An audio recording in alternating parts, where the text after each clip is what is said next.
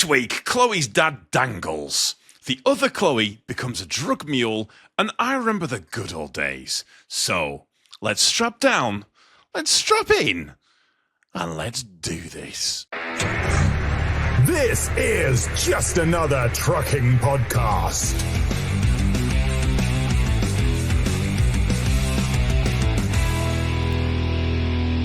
Hello, this is Just Another Trucking Podcast. I am your host, Tom, and I'm joined, as always, by Chloe, but not David. And by the way, I've not said the same name twice by mistake. We have two Chloes on. This is going to be confusing as fuck throughout. Yeah, which Chloe are you addressing first? I don't know. Hello, Chloe. Hi. Pick one. Whoever. Apparently, you're picking yourself. Bit rude. Yeah. We've got a guest on. Oh, but sorry. Hello. Yeah, go on. Yeah, and we also have Chloe. Hello, Chloe, as well. But other Chloe, not that Chloe, a different Chloe, because... You can call me Chloe on the brick grab if you want, because that's what everyone seems to know me as. That's a mouthful and a half, but we'll go with that. Brick Chloe. We'll go with that one. Brick Chloe and skip. Sorry, what? Okay. Apparently that's a mouthful for me. I don't know. I mean, we could go classic. We were saying earlier we don't do YouTube. I mean, I could be Skip Chick for a change. Yeah. There'll be a few people that are like, you do YouTube? Was there a YouTube channel? Is that how you guys got started? Yeah, I also did YouTube as well. That was a while, yeah. Allegedly, it was Tom from Except for Access. Yeah, except for, oh God, that takes me back. Jesus. I used to make videos. Do you know what? I've still got you saved on my phone as Tom Except for Access. You know, I've got you saved as Skip Chick, and sometimes I'll type in Chloe. I'm like, there's like no results coming up. What the fuck? Why is? And I'm like, oh right, Skip Chick. That's what I've got down as. Do you in your phone now? Do you find when you're saving people, they have you'll nicknames put like Brian, and then it'll be like where they work afterwards. Yeah. I've got a Dale incinerator. Alex landfill. Yeah. I know what it means. Other people be like, "Who? What's a weird what surname?" What does that mean? Yeah. Yeah. Or like sometimes you'll be like, I think also, as you get older, you interact with so many different people and you take people's contact details. So you end up with 10 Daves, 6 Emilys, 7 Sallys. Yeah. So you do put where they work after their first name.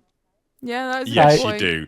But the only problem with that is, eventually you're gonna have like you know, Dave at this place, Dave at that place. But then the original Dave, you're like, who the fuck is that? Like, they've been on I've got people on my phone now, and I'm like, they've been on my phone so long, I don't know who they are. I don't want to delete their number in case, just in case one day that person messed me out the blue, and I'm like rudely going, no idea who you are. But even still, I think even if they messaged me and it just said like, I don't know, Dave, I don't know who the fuck you are. You'll have to go ahead and just remind me. How do I like? I've got one on my phone, and it's like Bob, Italy. I'm like, so I met this person in Italy at some point. But you don't know who he is. I mean, who you are though. It's been like 10 years since I lived in Italy. How the fuck am I supposed to remember who you are? There's no way. Maybe he works at the Italian and you just forgot. And he's the Italian man. Could just work at the restaurant. But again, the same thing. Have I done man. this? You are right. I'm sure at the time it made sense to me to write this in my phone like that. But like, and I will say, and I think all three of us, because I'm just going to Brick Chloe, you do a lot of construction-based stuff. But I find with construction-based stuff, you do have a tendency to take a lot more numbers because it's that person who can get you in. If you arrive at 5 o'clock and they're shutting the gates, you know you can call ahead to that person, but they'll let you in quickly. So you need these numbers, but they're on such an ad hoc basis that you're putting him in there. Fuck, you'll never remember that in a week's time, are you? All my work ones of drivers that I don't. Well, I like the drivers. I'm not saying I don't like them, but I wouldn't normally associate with them necessarily or speak to them unless I need information on jobs and things. I just have them saved as a reg because I know their vehicle reg. That's actually quite clever. But unless they change trucks, then you have to go back in and change it. Well, then you just have to change reg, don't you? Yeah. Or the new number of the new person that has the reg, you just update the numbers and switch it around. Yeah. Kale goes one step further. She's got a lot of people in her phone, and they're just swear words.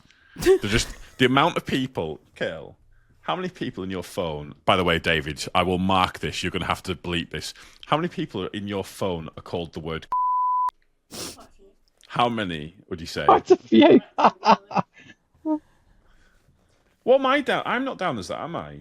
Yes, you are. 1, 2.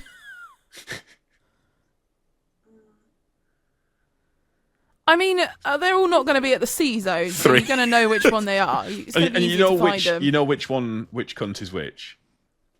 There you go. See, wow, that's a system beyond. It's just really bad news if there's a I do believe she has that in her phone book. Actually, yes. That's the top one. There's so many bleeps going on. I'm so sorry, David. so someone in the chat's just gone, this week, Kill has 3. Oh my god.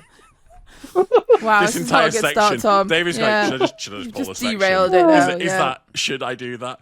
We were supposed to, by the way, before we set out in this, there was a whole plan. In fact, there was a semblance of a plan. There was.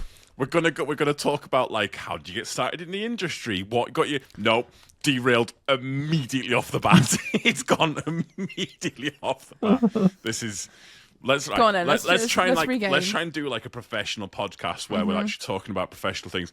So, how did you get into the trucking industry? What got you started with all of this? Wow.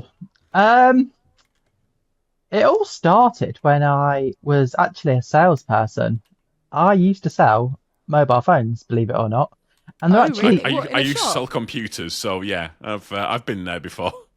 It's actually children's mobile phones, and it was a Say phone what? called a children's mobile phone. I didn't know that was a thing. Right, go on. Well, this is going back 20 odd years. There was a phone released called the Teddy phone, and it was specifically going to be aimed at children. And it would have had 3 or 4 preset phone numbers in the phone. So they would be able to call their mum, the dad, the nan and granddad, and maybe one other person like an auntie. And we sold loads, but this is going back like 20 odd years.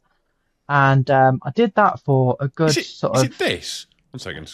Can you see that or no? It's not. I can't really it's see like that. it's like a blue bear.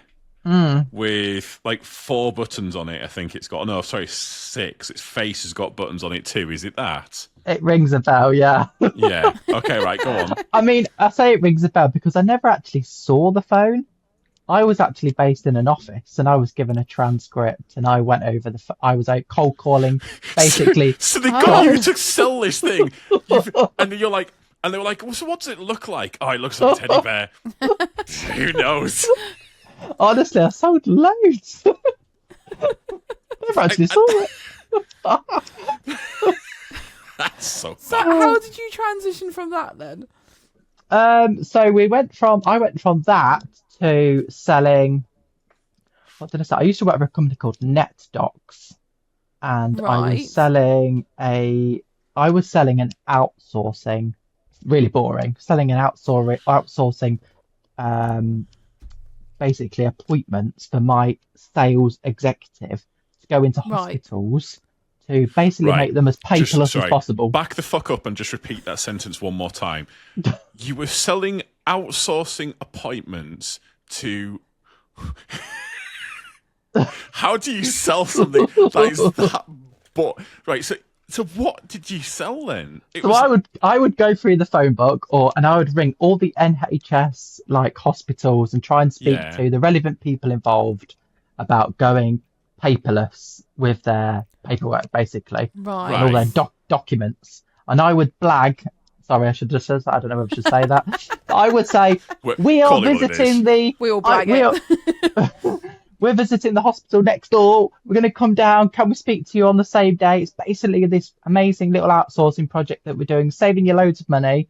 It'll only be a half an hour of your time. We'll just show you the idea and see what you think. And we'd sell appointments, basically. I absolutely hated it. Honestly, ringing up people, cold calling is just horrendous. Never liked it. Yeah, I've done it before. I worked for a company where I sold. Basically, they sold tracking devices for vehicles, like so vehicle tracking devices, but they didn't sell the end product. So they didn't sell any of the software or the case or anything like that. It was just some of the internal hardware. So it was such a niche thing. And basically, we had to sell these tracking things. What, and to actual tracking companies? To other tracking companies, which there are surprising amounts of. It's really? Not as limited as you think. I thought, I was like, oh, there must be like 5 or something. There was more than that. And it was fucking awful. And it's the only job I've ever been sacked from. And honestly, I can't totally blame them. How is that the only job you've ever been sacked from? Let's be honest. I know, right? I've caused so much damage over the years. So many broken things. It's wild. But yeah. Tom has done some weird and wild. Oh fuck! I've broken so much stuff. So much fucking stuff. We've all been there. Well, that yeah. But anyways, right. So you were selling appointments to. Go on. So what? So how did that transition into trucks? So basically, my dad at the time used to manage a plant hire company, plant hire diggers, dumpers. Yeah. He set up and was recruited to a place in Birmingham called One Call. They're not actually called that now. They're actually called something else because they got bought out. But he said, "Look, I'm going to be getting a little 7.5-ton truck. I can put you through your class 2. How do you fancy coming driving and getting and I think you'll really enjoy getting out and being on the road and doing something different." So this was out of the blue, was it? You'd never sort of contemplated it before. This was just. I didn't. You know, when you're young, you don't know what to do. When you leave school, you're a bit unsure, and it was really difficult to try and think about what I wanted to do as a career because I didn't know what I wanted to do. I always thought I'd be a motorbike courier because I was in London once and I saw all these motorbikes whizzing around and I thought, I want to do that. I want to do couriering. Just quickly, have you been into London since in a truck? Yeah. How much do you fucking hate them people now? It's holy shit. It's, like, you're looking at it, what are you doing over there? Why are you in that? Get out of my fucking blind spot. Yeah, it's stressful. It's fucking stressful. So, see, you went for this job and then... So, my dad put me through my lessons. I got my lessons done. I passed on the second attempt. And then I was away. I was working for him in Birmingham at the time. Day work on a 7.5-ton little flatbed with ramps. Yeah. And I'd be loading up rollers, little mini 1.5-ton and 3-ton diggers, 3-ton and 6-ton dumpers. That's pretty cool. I'd just whiz them all over the place nationwide, but it was mainly Midlands, as in Birmingham to Worcester and Gloucester and back, and then I'd probably go to Leicester and back, and it wasn't as nationwide as what I'm doing now, I guess. Yeah. But then about another sort of 6 months to a year of doing that, one of the lads left on the actual class 2. Is it classed as like a 6-wheeler or 8-wheeler maybe? Yeah. So just quickly though, so your father's he did when you were doing it, even though you were going on a 7.5 tonner, because obviously Went you were grandfather. So you actually took your class 2 license so you were categorised up to that, were you? Is that what you're saying? Yes. So you were already class 2, but you were on a 7.5. Right, okay, right. So as soon as he was gone, you could just jump straight onto that other thing there. Yes. Cool. Yeah. Yeah. And that was just obviously the bigger version of what I was driving, basically. So I could then load on 13-ton diggers and 9-ton dumpers and 14-meter telehandlers. Yeah. And I loved it. I loved it. I loved loading them up and loved doing it. They just look great on the back of the truck as well. Do you know when you've gone from something quite tiny to then putting the bigger stuff on? It was like, wow, this looks wicked. I love it. Obviously, with doing that becomes certain. I did have a really bad incident when I was there at that company, actually. And obviously, I hadn't been on this bigger truck very long. Yeah. And when they're all giving you, like not the planner, there was like a manager and there was a bloke in the office. who used to drive the truck, but he went into the office. And then it was like me and one of the drivers. So it was a very small team. And obviously me being very new to sort of like plant, the lads would come out and show me and load it up with me, because I might have had a dumper right up against the headboard, and then he put like a digger on, but to get the digger to fit, he would have to chuck the arm of the digger up and over the dumper. And then you might be able to fit like a tiny roller right up against the digger on the back, and then the ramp. So when you're doing that, how much kind of like, okay, so say for instance, you've got the boom over something, how much room do you need to give it between, like, and what sort of gap? Because obviously you can't leave like an inch gap, because surely under braking, it's naturally going to roll about, is it? Well, I would just literally curl the digger arm within the digger bucket.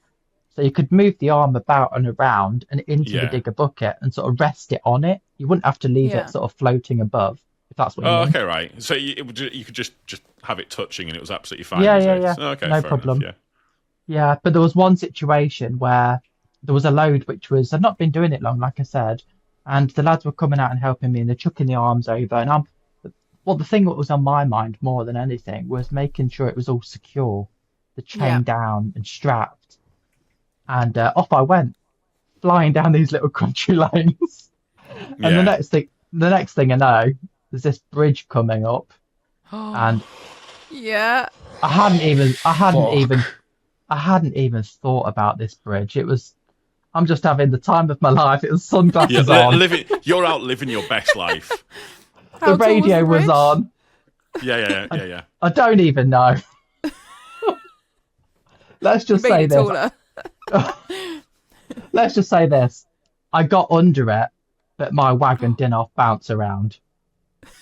Oh, so technically I cleared made it. Still made it. But... yeah, I did, but it threw me up and down within the seat. Put it that way. I got out the other end, so my cab cleared it, no problem. And it was it was the arm of the digger. The arm of the digger, which was thrown over the top of the dumper. It was the actual knuckle of the arm, had connected with the bridge as I'd gone under. And I thought, shit, I can't just stop. I've literally got to pull like away from the bridge. Huff it. Just go. Else everyone's going to think I've hit it. Yeah.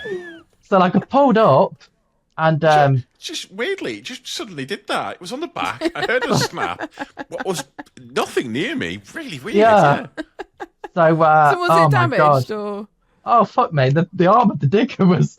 Well, to be honest, when I got out and looked at it actually looked all right. And I thought, this looks okay.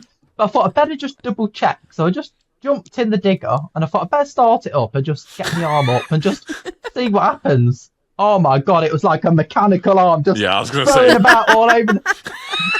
Oil was going everywhere. I was like, shit. So I threw a strap over it and I managed to strap it down on top of the dumper. And then I thought, fuck, I'm going to have to ring my boss now. There's no hiding this, is there? Put it back in the yard. It's just turned up like that. It's just dragging the thing behind you. It's fine. You know when you get... Do you know when you can get away with certain things and you like little dinks? There was absolutely no way getting away with this. Because I was actually on the way to a customer, so imagine me taking that off and him jumping in it and the arm just going, whoa!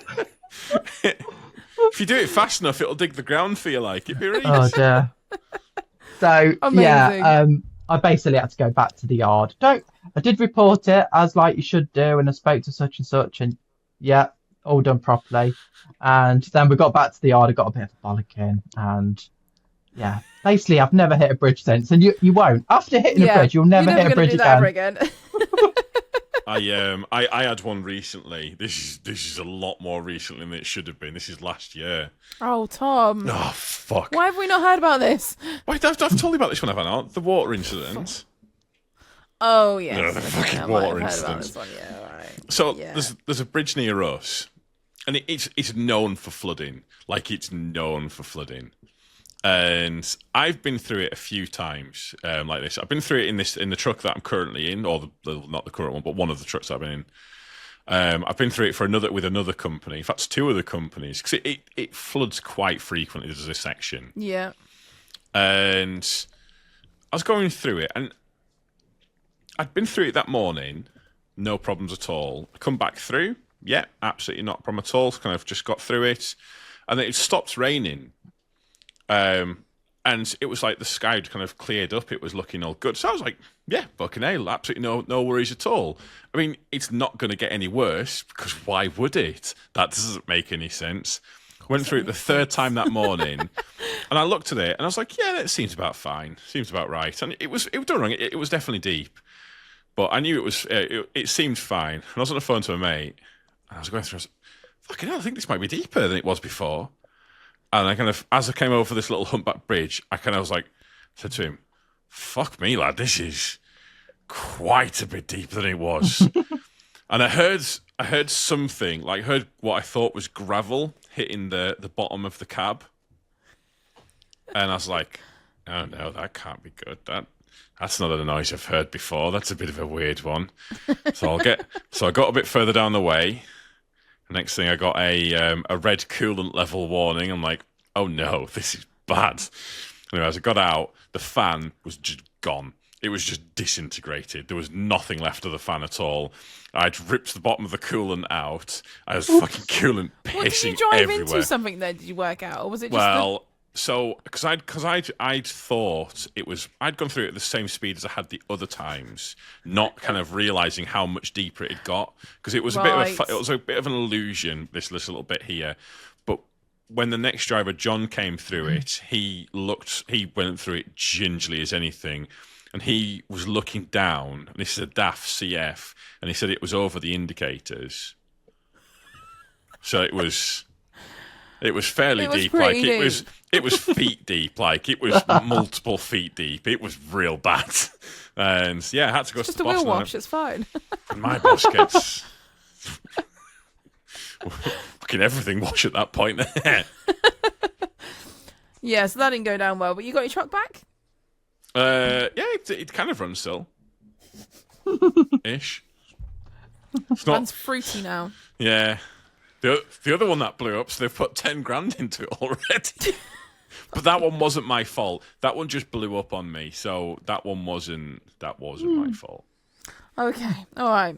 So after you hit this bridge, where did you go from there? Is that why you left, or? No. I was there for like another year and a half, I would say. Yeah. Definitely a good year after that. So you definitely learned from that one. Oh, honestly, you do. You like everyone always says you learn from your mistakes, and you certainly definitely do. Like that would honestly not happen ever again, because I don't need that heartache and that stress. Was it a railway bridge, or was it just a bridge? Oh, please don't tell me it was a railway bridge. Oh it no, was, it was a railway bridge. It's fine. They don't know about it. It's fine. Just keep driving. Do you know when you look back and you see the train going back over, and you're like, "Whoa, that's it's not broken. It's fine." I'm glad that stayed up.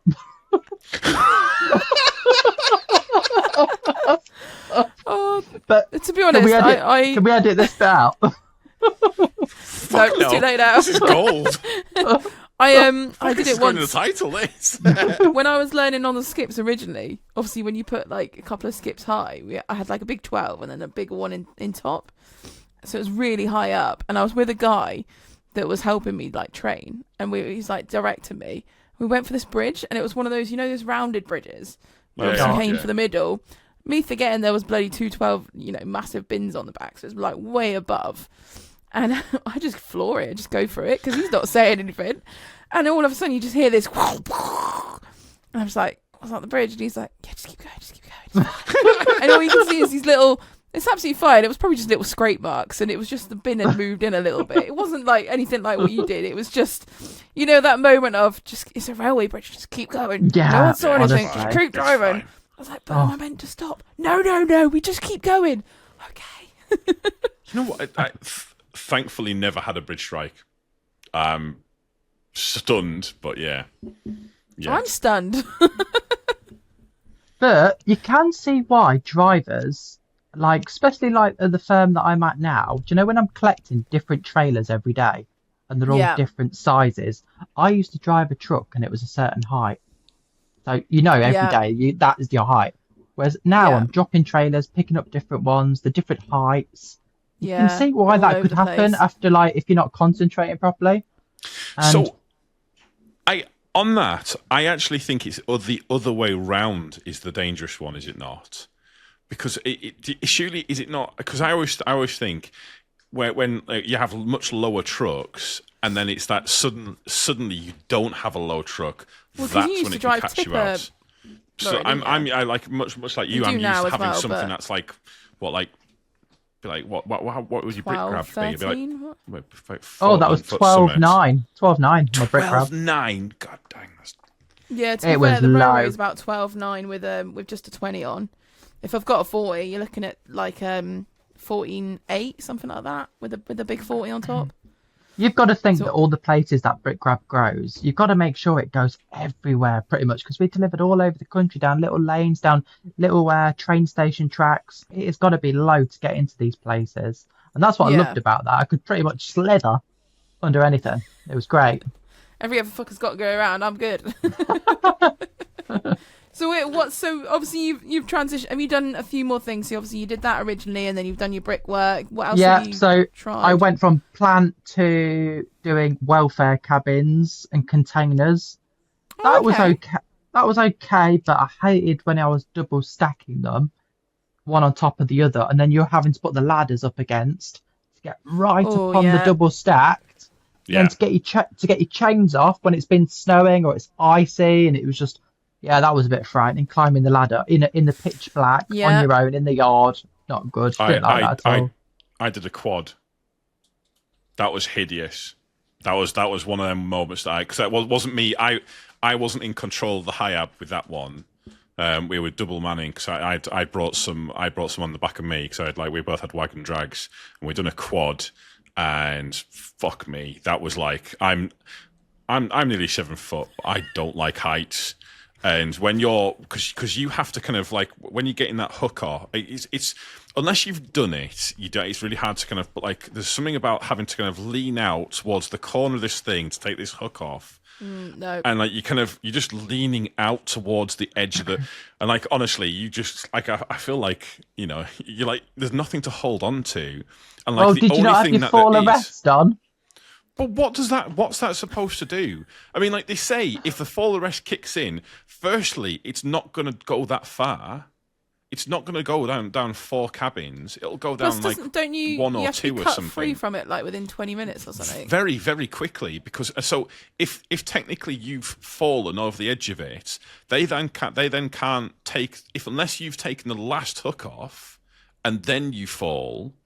They can't bring you back down again. You're stuck up there. There's nothing they can do. Oh, really? Oh. Well, yeah. So they've got to send a second person up who's then not strapped while you're just hanging about off the side of a cabin. And bearing in mind, these cabins have got lots of sharp edges, so the chances are you've twatted yourself as you've gone down. Cabins are grim. That is just a fact. I've got a little story. By the way, go on. Sorry, go on. I was going to say, I've got a little story about hanging from a grab. Oh, no. It wasn't me. It was it was my dad.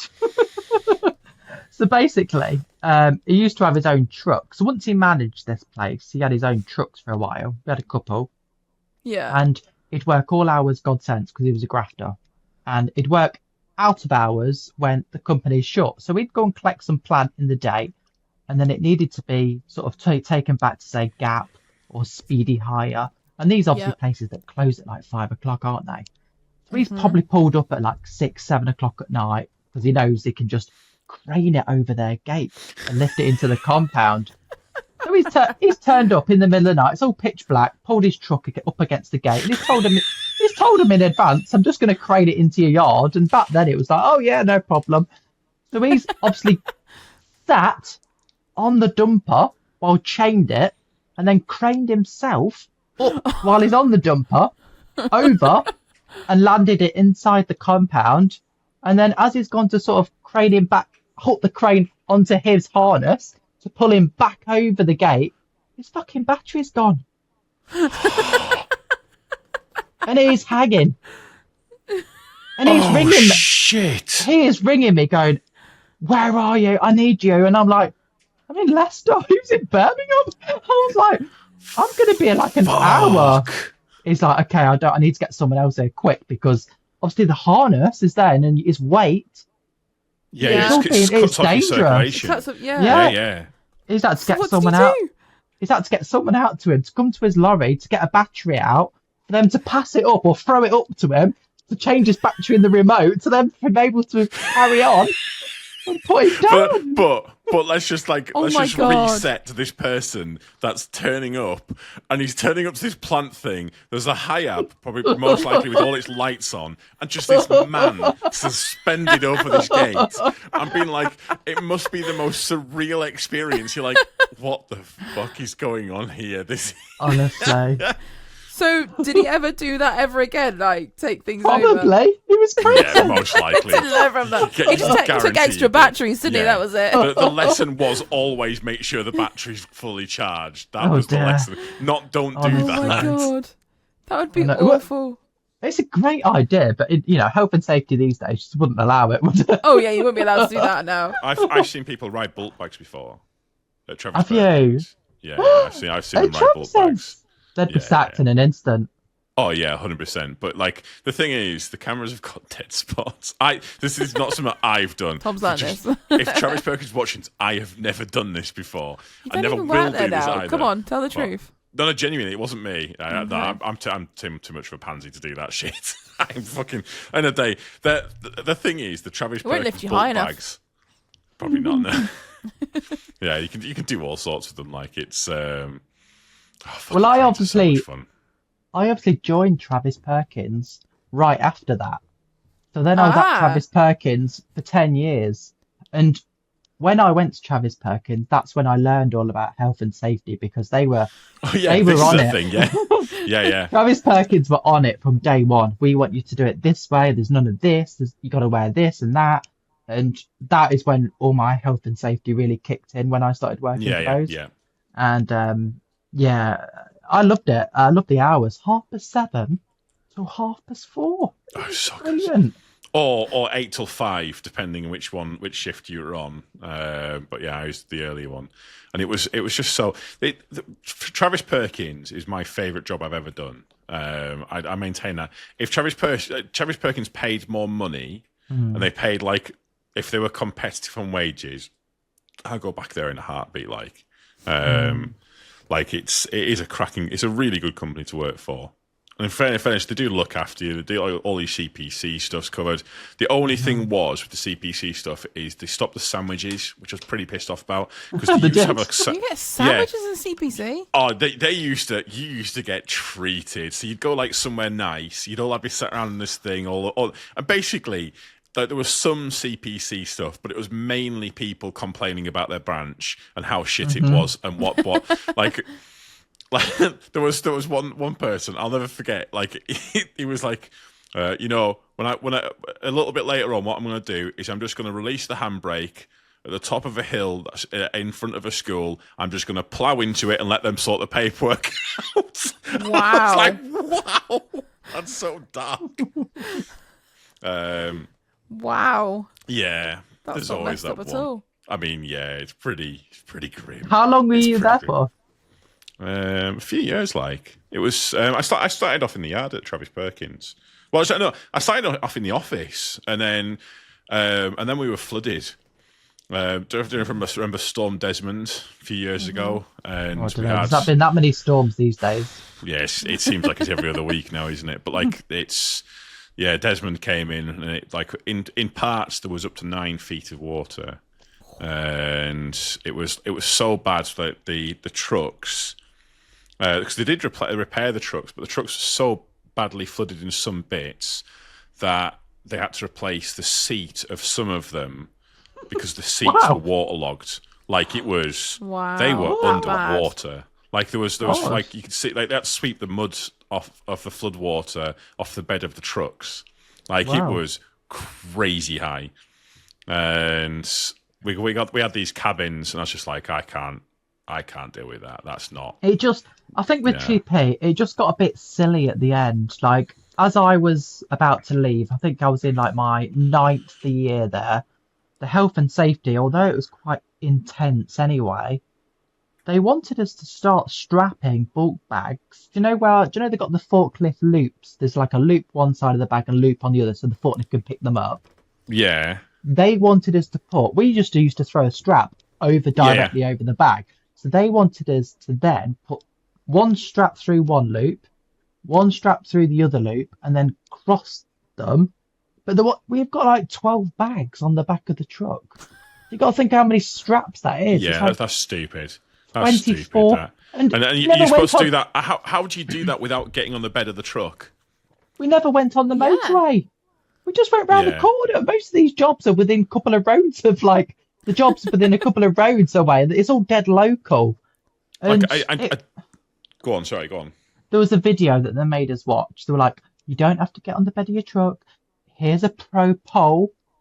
Put the strap on the end of the pro pole, and you feed the pole through the loops and through the other side, and then you have to walk round the truck and you have to pull it through." Don't get me wrong. When they showed you this video, I bet you all the straps were just perfectly like lined up, so they could just put it straight through there, and it was perfect on the video. But you and I both know when they're picking up that bag that's been underneath all of the other bags, and then bloody things are in the sand. Well, that's not happening, and. The time involved to do all this when they wanted they wanted 3 runs out of you a day. Like 2 in the morning, you'd have your lunch, and then it was just getting too much. And I was like, it was just depressing. I was like, no, so this I will for say me. the one in Kendall Branch, Kendall Branch 9281 was our code. Still remember this day. It was one of them things that was ingrained in me. But I did the Lakes run. So like where my first job where I learned was like proper Lake District, tiny little country road, stuff lovely. like that. It was honestly, it was as good as it gets for learning. And because the run that I had was basically an all day job, because I would be out miles upon miles. Like the catchment area for our branch was huge. Right, okay, much different to ours then. Oh, it was massive. Like it was. We had a very weird catchment area where, because there was nothing in the Lake District, so we just had everything north of us basically. And like the truck that I had, we had it like it was routinely sent out where the product was stacked above the crane, like way above the crane. You do all of your bulk bags as a base layer, then you put your wood down, and then you could put your Celotex and anything that was kind of like light. Yeah. Like I think I had it up to like 15 something, that little truck. Like it was like it did not look okay. Like I looked at it. You can get away with that anywhere. No, you cannot get away with that. They don't let you. If you've got bulk bags down, you cannot put another product on top of that now. Like is it? Yeah, they've cracked down on that as well. So there's no, and there was. I mean, I'm not gone surprised. are the days where you put your wood down on top of it, throw the strap over the wood. That's it. We're good to go. Send it. It's all good. Wow. 2 straps.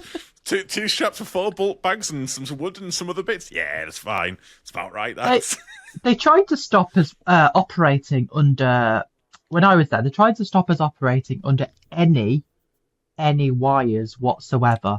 Oh, any wires at all? Any wires. So BT wires and electric wires anyway. So this is going back about 5 or 6 years, and probably a bit longer, 7 or 8 years actually. There was an email that came in. All crane drivers now all high-up drivers must stop operating under any wires whatsoever. So what we were finding we're all being sent out and then just coming back to the branch fully loaded still. Yeah. And they were like, there's a BT wire on the street. Yeah. Because imagine when you're going up a residential street. Yeah. There's telegraph piles all the way up. And you're going to have to crane underneath them. Job. So I started driving in 2016, I think it was, for Travis Perkins.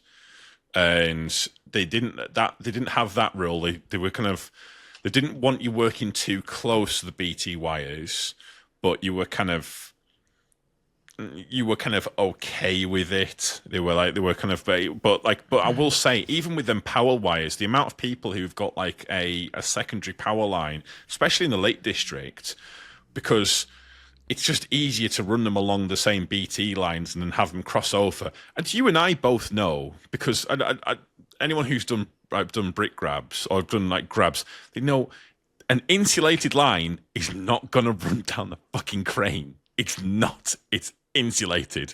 That's the whole point of it. That's the reason why you can see them coming out, and like someone could technically reach out their bedroom window and grab onto it. It's clearly going to be insulated. For them to bring in the rules, something must have happened. Yes, someone's been a fucking idiot. And what they've done is they'll have been. Oh, I thought it was a BT line, and it wasn't. It was like a fucking 240 volt bloody whatever it is. Like, and left it on the customer's driveway. Dad, did you heard? Did you hear the it's either a Jag or Mercedes story from London about the person who dropped the pack of bricks on the top of someone's car? No, did you not hear hilarious. This one? No. Oh yeah, this is a story that went around. Or? No. So there was a rule. Travis, by the way, this is turning into the Travis Perkins podcast now. That's great. Yeah. We can I have no idea what you guys are talking about, but yeah, it's great. So there was a story basically. You weren't allowed to grab stuff over a car or like a shed, or really you should be doing it over so like kind of things that could be, because in the day it's unlikely, but if you've not got a good grip on it and the product shifts, it can just drop. Yeah. So apparently this lad was and it was a brand new car. It was like a Mercedes, it was a Jag, it was something fancy he was lifting it over, and this pack of brick just slipped, went through the roof of this car, landed into the driver's seat. And apparently he just paused, took his controller off, put it on the bed, walked off, got the bus home. He didn't disable the grab. He didn't turn the PTO off. The engine was still running. It was all still. At least. I don't, from the story, I don't know. Apparently, all he did was put the grab down and he just left. He didn't do anything else. He was just like, I'm sacked. There's no need to be here. We're done. This is us done now. We'll see you guys later. And that was it. He was never seen again. Oh, wow. I mean, that's dedication to leaving it in a shit state, isn't it, really? It's just so like, good. I'm out. I'm not dealing with this bullshit. Yeah. This sounds like too much paperwork right here. It was a make or break moment. That sounds like one of those jobs which you just can't include on your CV. You just got to miss that one off your CV. For these last 6 months, I just took a break. Weird, Well, I went travelling. Didn't need a job. It's all good. Oh dear. So from TP, I was there 10 years. I'm 42 now, and I don't have my own house. And I was realising I was living pretty much paycheck to paycheck at Travis's. Yeah. Money was coming in, and it was going straight back out, and I wasn't really managing to save. So I'm thinking, I need to save. I need to get a house deposit. I need to crack on with life. And the only way of doing that for me was probably getting my class 1. So I managed to save up, got my class 1 money, put myself through my class 1, and while I was still at Travis's, there was a construct-it lorry that came through the yard. Yeah. And I was like, okay, right. Wow. He was delivering to our branch. It was this big yellow and black lorry with a grab on the back, and that is what I wanted to do. So I went up to him and I said, I don't suppose there's any jobs going at your place. I've just passed my class 1. I'm looking to get on, continue to do similar work to what I was doing at Travis's, but on a bigger scale. And he said, believe it or not, there is actually jobs going. Why don't you message the Facebook page and the owner will be in touch? And I was like, really? So that night I messaged the Facebook page, and sure enough, the owner rang me and he was like, wow. Basically, do you want to come down for an assessment? And I was like, yeah. And I was given, I think that happened the following weekend, and then by that afternoon on the way back from Birmingham, because that's where their head office was, I was offered a job. Nice. So then I was on the brick grab, and I was away and off my class 1 journey. And I was at Construct it 18 months, and within 18 months, I paid off a 7 grand loan that I had, and saved up. Wow. Was it that much more pay? Was it? That's amazing. I saved up 20 grand and paid off a 7 grand loan in a year. Wow. It's not 18 it's not months. necessarily the fact that it's a lot more money. It's more Travis Perkins is a lot less money. It's really. It's not very. Because it's probably the lifestyle. Did you have more like hours or like? Less Yeah, time I to do mean, things and... I would say I earned 20 grand extra on top of my Travis Really? Perkins money. Yeah, it was 20 grand extra. That was That's a including my hell of a night out. difference. Yeah, a huge amount of money, and I was just able then to like really get my act together. And Yeah. recently, I've put an offering on a house which has been accepted, and Wow. just sort of like really cracking on now. So yeah, I'm really, really, really happy. I'm in a good place at the moment. Unfortunately, things didn't work out at Construct in the end. I would say for me, I felt rather stressed at the end of my time there. I was given a lot of the London jobs to do. So, Right. if you've ever worked in London or driven a truck around London, it's stressful, especially a couple of times, and it's horrible. It's fucking horrible. If you're not used to going into London, you don't know the routes in. It's a nightmare. Every road you go down, you think you're going to be fined, or you get caught in a yellow hash box, another little fine, and cameras everywhere. And that's just like not even considering like the pedestrians that are and the cyclists that are all weaving in and out of you. Oh, the cyclists are crackers. Oh, honestly, I was just coming home on a Friday after being out all week, and I was just really snappy. I lived with housemates. I just felt I was snapping, and just felt like I didn't want to do it anymore. I felt like I'd done me 18 months experience, and because I've got 18 months, I could potentially get other jobs now. And I just started looking for day work, and that's when Armstrong's came up. It was a day job doing 5 on 3 off, and I thought 3 off? That sounds amazing. 3 days a week. When did that ever happen? And you know what? It's a really good job. It's dead easy. I just don't know whether it's a bit too easy for me at the moment. I couldn't stick with RDC work. It's that there's something about the mentality of like, which we all know is that's how I've been able to tip yourself, being very self-reliant and being like, yeah, that's fine, just let me be. Yeah, and now you're relying on everyone else. And then suddenly like, and there's nothing more frustrating than turning up somewhere and going, yeah, you've got 1 pallet, and they're like, oh, someone will be with you in an hour. And I'm like, mate, it's 1 pallet. Fuck, if you want, I'll handball it off. That's fine. Like, I don't care. Like, if it speeds up the process, get me another pallet here. No, we can't do it. You'll have to wait for an hour. I'm like, we are quite lucky in the sense that I think Armstrong's have a so basically 99% of Armstrong's work is Aldi and Lidl, which are both self-tipping, self-unloading RDCs. So whenever I turn up, I probably have to queue the longest, maybe 15 minutes for a bay. But that's no biggie, because you want a cup of tea when you've been travelling 2 hours anyway. So once you're on the bay and you've unstrapped your load, got your doors open, you're unloading yourself. So you're getting your steps in. You've got electric pump trucks. It's all dead easy. A lot of drivers complain about like having to unload themselves, but honestly, it gets you out of the cab. It keeps you active. I actually enjoy it. I don't find that I've got to wait around like other drivers have said, but once we've unloaded my truck and it's all put it all inside their warehouse, I've noticed that other companies are having to then wait for the warehouse to check their load off, and they could be waiting an hour for that to happen. Whereas Armstrongs have this contract where we're just allowed to say, yeah, we've unloaded, and they give us our keys, and that's checked in their own time. So we're back off again and down the road. It is actually quite a good RDC little job to have, to be honest with you. But it is boring in the sense that I'm just motorway driving. I don't go down these little country lanes anymore, and there's something bridges. About the anxiety, isn't there? that anxiety of like, oh, can I make it? But then it's also that I think. Even though you're probably not that sort of person, there's something about having that person tell you, wow, that was quite impressive. I didn't think he was going to get that in there. You're like, and you could say something cool. Oh yeah, it's just what we do, mate. And you're walking away thinking, fuck right, yes, come on. I'm like the reason, and what you want to say is the reason why I got it in there is because I'm fucking amazing. That's the reason why. But obviously you can't say that because that's. Actually, that is a good point, Chloe. Do you get sexist remarks? Just out of curiosity.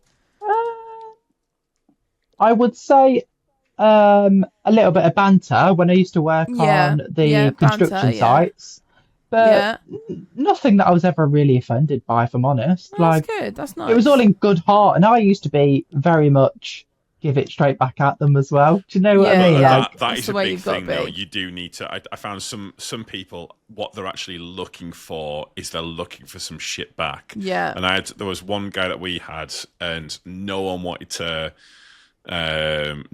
deal with him. Dave Sharp, his name was. It was so funny. And I got up, I got out, and he goes, "Fucking hell, where have you been, ginger bollocks?"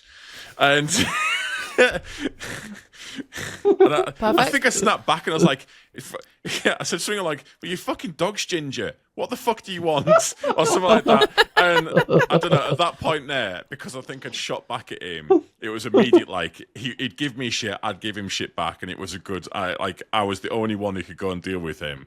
There's something about being able to give shit, because I have had it where, when going into RD, I can't remember what I said, but I went to an RDC and they said something to me, and I just instantly went into like construction and said something back to them, and there was this look of like, I was like, oh no, I've just offended you, haven't I? I was unaware of this. I was having banter, but you were not. I do find that it is a different world. Yeah, they take themselves too seriously. Fuck off! Don't just fucking leave me be. I'm fine. Why do I need to give you my fucking keys? In fact, do you give them your keys when you go to Morrison's? No, right. So we do Audi and Lidl. Right, but why? That's what we do basically. Why? I think there is a good reason. I believe. Yes, there's a reason. I'm going to tell you. Go on. Go on. So when we give them our keys, they give us a forklift key. So if I didn't give them my keys, some drivers wouldn't remember. I will actually allow that. I'll allow that. Do you know what I mean? Some drivers wouldn't remember to hand the forklift key back in. That's fair. That makes sense. Fair. Yeah. Well, I think that is fair. Because I'm not driving off anyway. If I'm unloading myself, I'm in the bloody warehouse. I'm not in the truck. Yeah, that is a fair point. What's your point, Tom? What? I used to give them my car keys when I was on RDCs. So what happens when you forget your car keys and leave them there? Well, they always give you them back, but I'm not sitting there when it's the middle of summer, sweating my bollocks off on an RDC bay because you don't want you to drive off. No, they've got some keys. That's fine. I mean, I did have a couple of comments about like these are Vauxhall keys. I'm like, yeah, it's. Do you not get spares? Every truck's got spare keys. Yeah, but the truck ones are always really expensive. Especially, I'm trying what it was. Oh, I think it was a Scania at that point there. I was working for fucking ME, the bastards. Did they never say anything about your lorry running then with the aircon on? Yeah. I'm not going to fucking say that. They don't care. They just care that they follow procedure. The thing is, it's just about following procedure. Gotta follow the procedure. Shut up. Fucking. It's a bit of power, isn't it? Yes. What, to take away your aircon or heating or exactly. I'm going to make you sweat, and then I'm going to make you sweat there for 4 hours. Well, guess what? I have my keys. My inverter's running. I'm sat playing computer games. So fuck you. That's what's up. I mean, I must admit, I don't miss the muddy building sites. Yes. Yeah. They are in winter. That could be horrendous in the winter. And looking at and wondering what sort of mud is this? Yeah. Yes. What type of mud do we have today? Is this the one that's going to take my wellies off? When your feet disappear and you can't see them no more, that's bad mud. That is bad mud. Because your boots just, although I take them off because you have to, because the footwear would just be clogged of mud and you can't feel your brakes. You have to take them off and kick them on the steps and then put your trainers on. They're still are just sodden throughout the day and the next day, and it's just rank, isn't it? Yeah. Yeah. So I don't miss that. But I do miss certain aspects about that job. I'm not going to lie. Yeah. I think, It's- because it's construction industry or just the I style think of work? I think it's just because it's all I've ever done, construction, Yeah. and I feel like I just miss the challenge of it all. Do you know, driving around little tight sites with pallets on Yeah. corners and Yeah, and you Yeah, get yeah. it in there, throwing my mate. Yeah, truck sure. around. And you know what? I did enjoy it, and the only reason I left is, like I said, I worked for a company who made their money out of transport. So the harder they push me, the more money they earn. Yeah. So I would probably not work for a company that makes that money from transport, as in on the brick grabs again, because I just don't think it's the way forward. There is Yeah, a that's fair company, enough. I'm looking at to get back on board with going back onto the bricks again eventually, and they make their own bricks, Oh, okay. so That's they don't pretty cool. make their money from transport. They make their money from the bricks. I mean, that So you just are literally made deliver there. their product that they Exactly. require. Yeah, That's exactly. pretty cool. I will get the name of that company afterwards because I have a funny feeling I might know who they are. And I actually have a friend. We have a friend who works there, in fact. Probably. So yeah, I will. I think I might know who you're talking about, and I will see because if Tom's doing if the that's the big man. case, I think I could get you Well, a shit, job I've here. got I've got an contacts, inside contract, you Shut know. the fuck up, you dickhead. It's kind of what you were doing there. Well, it A little bit. wasn't, but now that you're saying it, yeah. No, it's Yeah. got. There's always someone when you have a conversation about something. There's always someone goes, "I know someone that works there. I'll get you sorted. Don't you worry It's about not it." what I'm doing. And that was Tom, It feels- right there, 100%. I think I just miss playing with the high ab as well. That another I will say, aspect yeah, of the does job, sound isn't it?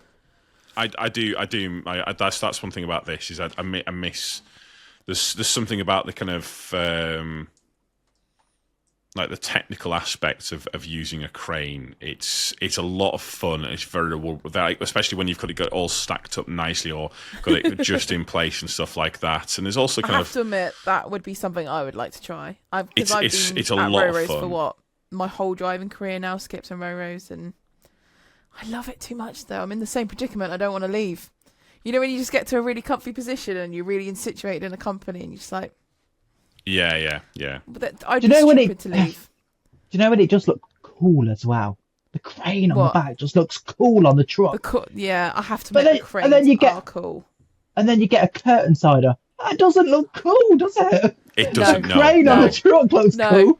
Oh, it's a beautiful curtain. Well done. Like I know it sounds silly, but you never get that. Like when you get little kids and they stop to look at what you're doing.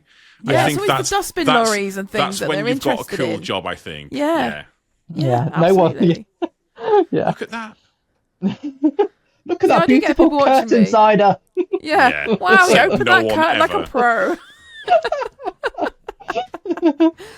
Poor little curtain size. If you have a curtain sided job, we're not taking the piss. I At am. all. No, I definitely am. I need you to know that I 100% am. Like, I'll double down on this shit. I don't care. When To be I when I honest. Yeah, go on. I was going to say, when I joined my current company that I'm at, I Yeah. was taken out in box trailers.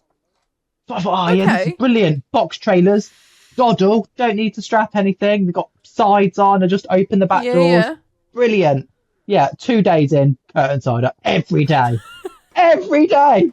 So they just Curtain cider, taunted you with this idea, and they're like, oh, actually, no, you got a curtain now. There's about 50 buckles each side on a curtain cider.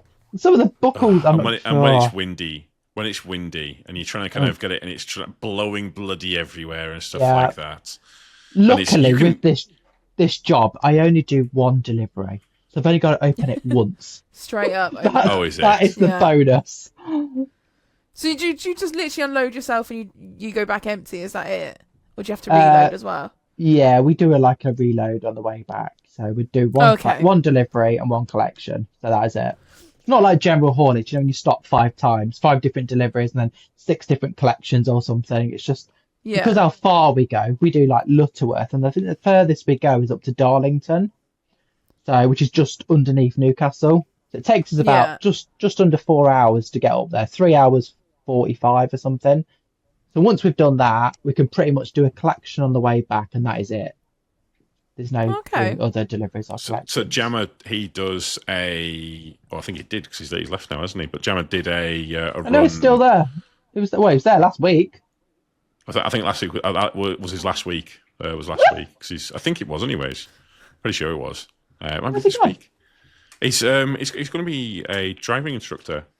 Oh, we did say that. Jammer is? Yeah. Is he really? Yeah. Do you know what? I can imagine that for Jammer, actually. He's definitely pretty good at that. I reckon he will be, yeah. I think he'll be very, very good. But he was doing a run up to T-Bay in the lakes.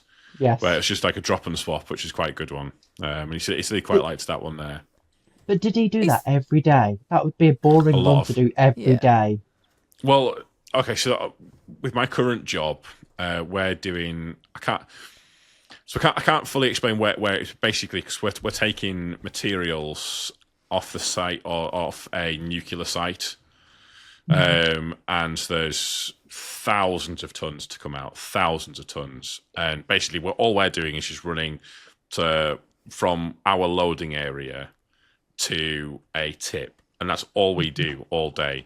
And I will say, it does get draining. Like, occasionally, something exciting happens. The traffic builds up on one of the other roads. So I get to use a different road occasionally. And there's a few more corners on that one. And it's exciting. It's so very exciting. And it is, I will say, it is draining. We have, and the thing is, we have so much equipment. We've got 360s. We've got. You get to use 360s. I will say I do occasionally get to load myself, and I'll jump on a 360. And when that happens, I'm like, "Fuck yes, this is more like it." Or that's like exciting. One of the shovels. But like we've got HIABs. We've got vac trucks, which I'd love to get on a vac truck and have one of them because they seem like. They look cool as fuck. I've seen them on TikTok where you can actually just pull up bits of road and shit. It's looks like awesome a big Hoover.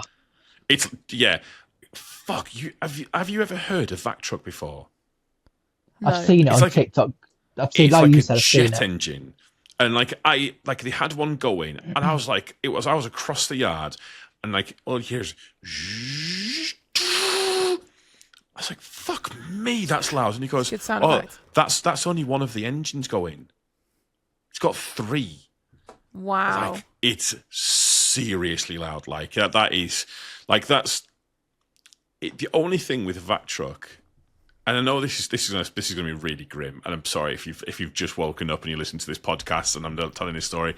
There's a story I heard of some divers. Divers? Some scuba divers. Yeah, and they on were Netflix. And they were fixing an oil pipe, and they got too close to the pipe, and it sucked them into the pipe, and it was like a 3-inch hole or something stupid like that, and they got sucked through this 3-inch hole. I suspect they were dead afterwards. I don't know. No, they'd be all right. They'd be swimming out the other end. They'd be fine. My only thing is, if you fell in that hole when it was doing the vac truck stuff, that's not great.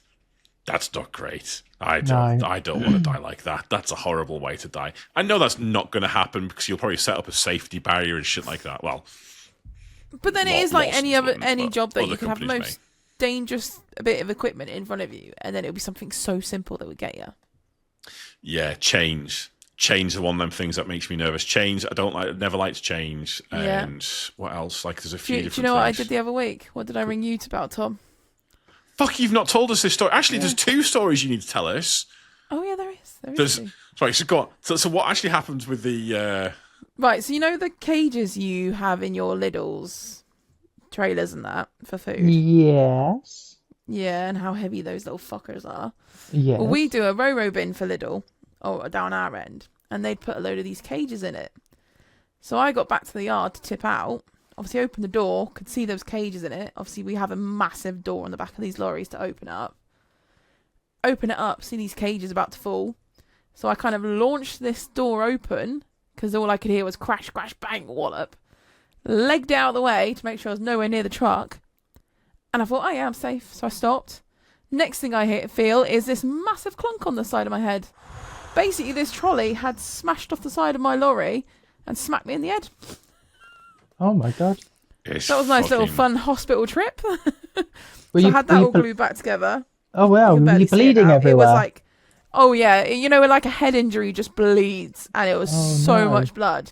It was fine, honestly. I just got it glued together. It was absolutely fine. And it's obviously, just one of those on the group, like whereas what people should do is like, oh, I've just had an accident and I've just injured myself. But no, we got the obligatory blood all over someone's head photo because fuck it.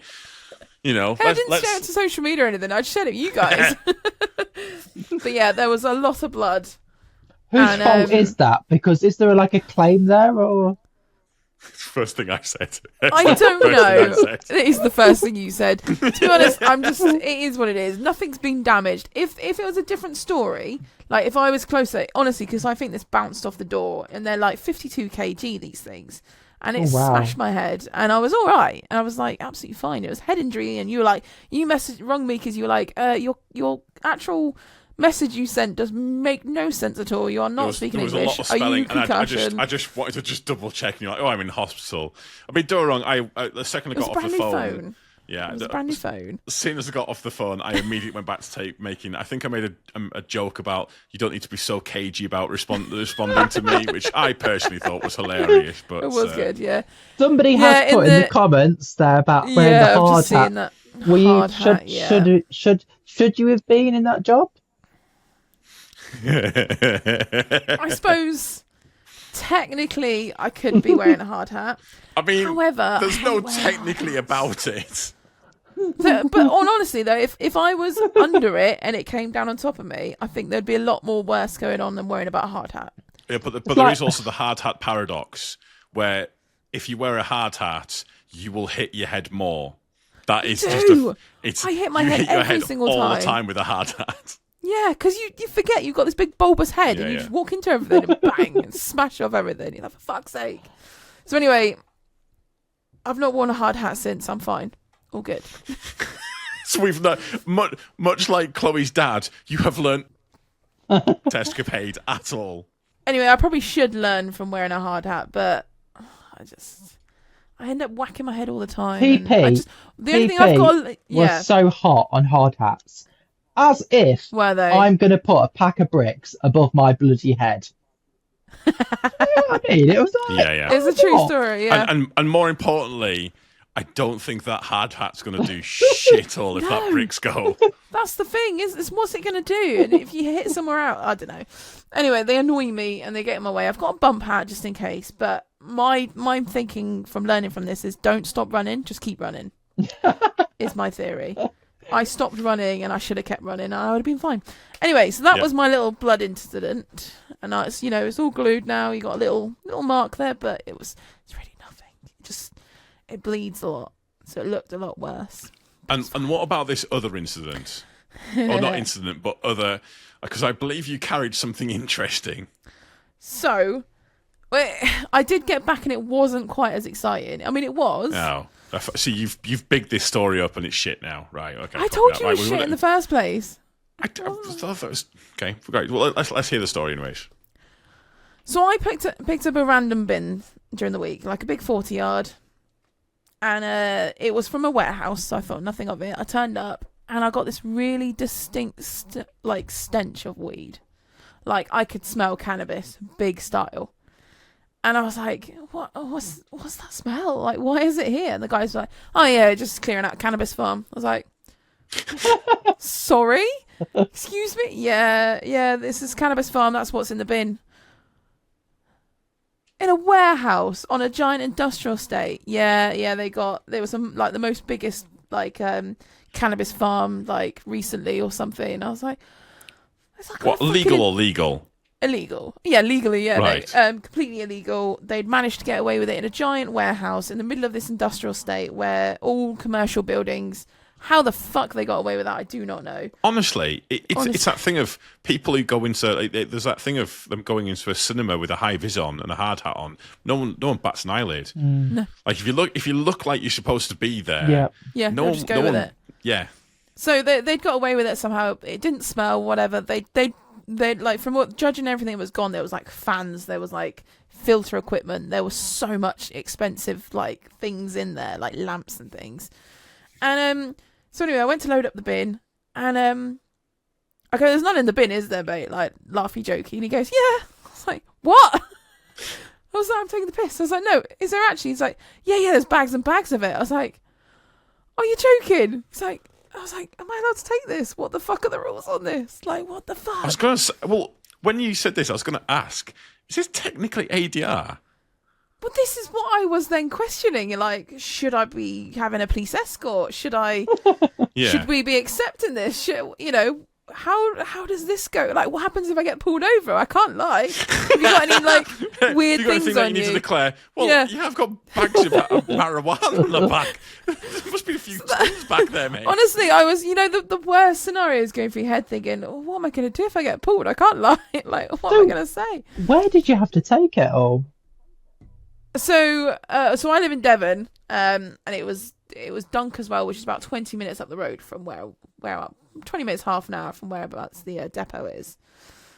So I took it back to our depot because I rang up my manager and I said, I've got some weed on my bin. And he goes, what sort of weed? I was like, no, the weed you're joking about, the actual weed you're joking about. He's like, oh, I was fucking joking. I was like, yeah, I know, but I've got it. What am I doing with it?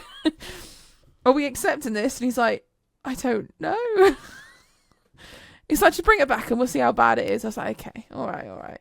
So anyway, this whole journey, when you see so many police around as well, and you just start thinking the worst. Nothing was going to happen. It was fine. It was just, you start thinking the worst, and you're driving back, and you can smell it now. At this point, it's all gone through my vents. I can just smell weed everywhere. Oh no, I hate that smell as well. And it's disgusting. And that's all I can smell. And I'm thinking, I like that smell. I'm thinking, I probably stink of it right now. And in a minute, as soon as I get this bin back to the yard, I've got to go school run and pick up my child stinking of weed. And all these people are going to be judging me. And I was just like, oh no. So anyway, I finally got it back to the yard and we opened up the doors. And of course, it got wind from the drivers that I had a bunch of weed. And like the yard everyone staff was there. So and then everyone. the end result was it all got incinerated. So we opened it up. Obviously, the police had already been and taken like pretty much all the bud. So what it was just the leaves and the stalk, and then like all the other stuff on the side, like the base of the plants and the tubing and everything they used to grow it with. And a couple of the yard staff that were hardcore drug addicts or whatever they are decided to go in and there's always one, buds. Isn't there? There's always one in the yard. There always is. The smoke. Yeah, there's always someone. They're like, oh, yeah. And he didn't give a shit who was watching him. He's there going through the bags, finding some buds that were left over. And I'm really? Like, yeah, genuinely. They found a couple, like not a huge amount. I think most of it had obviously been confiscated, but there was a few things on the plant still.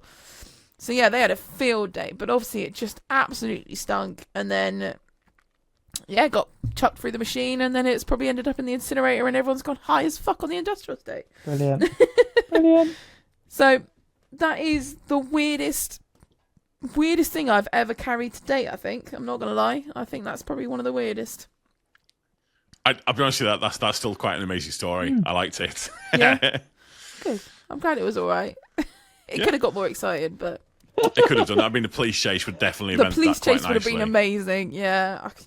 So that was my last couple of weeks, because we didn't do a podcast this week, did we? Did it? Yeah. Not last week. Yeah? Yeah, we missed last week, but yeah. Well, I think, I'll be honest with you, I'm actually happy ending it on that note. If you guys are happy ending it on that. Absolutely. That's been great. Yeah. Right. Well, thank you so much for listening. If you haven't listened, how is it you got this far? far? Whoa. Oh. How do we find Chloe? Oh, right, yeah. I'll be honest with you. Let's just be honest with ourselves here.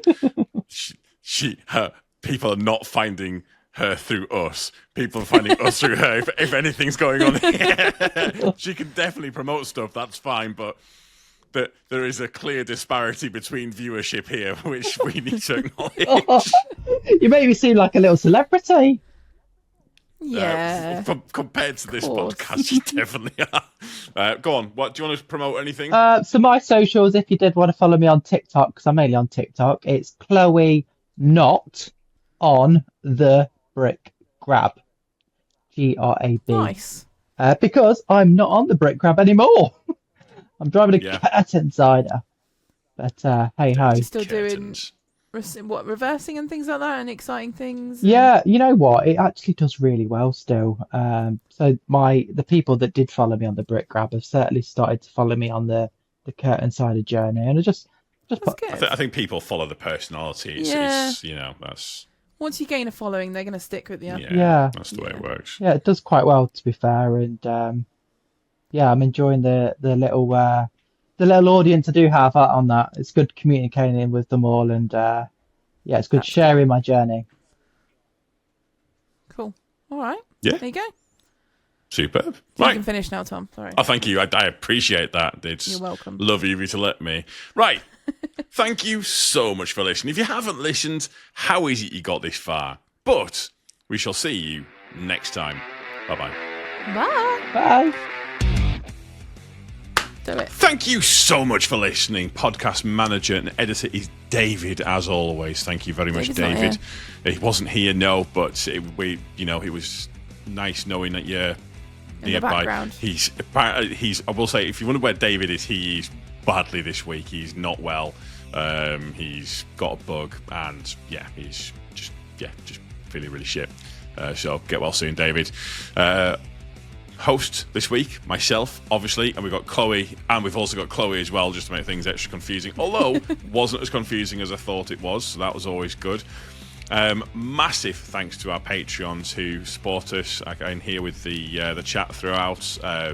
Very much appreciate you always being around, and especially to, not especially all the Patreons, but very much thank you to I'm Having an Orgasm person, obviously, not just me saying that. Jack Goodwin, John Brown, Justin Reaney, Miller, Phil Starkey, S.My.D., Stephen Patterson, Timo, and Trucker Nozzer. You guys are absolute legends. Thank you so much for being our mega supporters and our tier 3 supporters. I've never called them that before, but that's what it's called on this Excel spreadsheet thing that we've got. It's really fancy. It's real fancy. So it's very upper class, I think you'll find. We've got Big Mike, Gavin Williams, Neil Rees, and Danny Flynn, the Wanking Master. Thank you. Super fancy.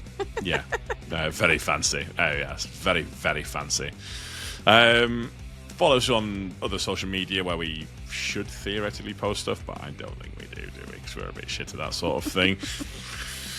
Yeah, we're getting there. Yeah, it's on our to-do list. But yeah, thank you, and we shall see you next time. Bye-bye. Bye.